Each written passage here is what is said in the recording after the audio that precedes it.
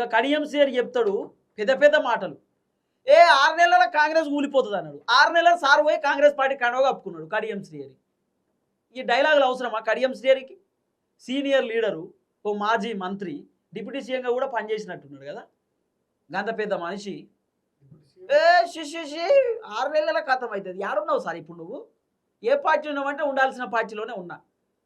కడియం శ్రీహరి చెప్తుండే లేదు లేదు నేను బీఆర్ఎస్లో ఉన్నా కానీ ప్రభుత్వంతో కలిసి పనిచేస్తాను. మరి ప్రభుత్వంతో కలిసి పనిచేసేటోడు కాంగ్రెస్ పార్టీ కండవాలు కప్పుకుంటాడు ఎవరన్నా కప్పుకుంటారా? ఏ ఎమ్మెల్యే అయినా మీరు ఎట్లా కప్పురు సార్? ఇట్లుంటుంది మన ఎమ్మెల్యేల కథ. స్పీకర్ సార్ డిసిషన్ చూసి పర్సన్ అవుతారు అందరూ. మరి స్పీకర్ సార్ ఒక అద్భుతమైనటువంటి పోస్ట్లో ఉన్నటువంటి వ్యక్తి, రాజ్యాంగమైనటువంటి పోస్ట్లో ఉన్నటువంటి వ్యక్తి.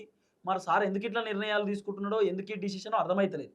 వాస్తవానికి అధికార పార్టీకి అనుకూలంగానే తీర్పులు ఉంటాయి అంటా ఉంటారు. మరి స్పీకర్ సార్ తీర్పు చూస్తుంటే గట్టినే అనిపిస్తుందట. చాలామంది చెప్తున్న మాట.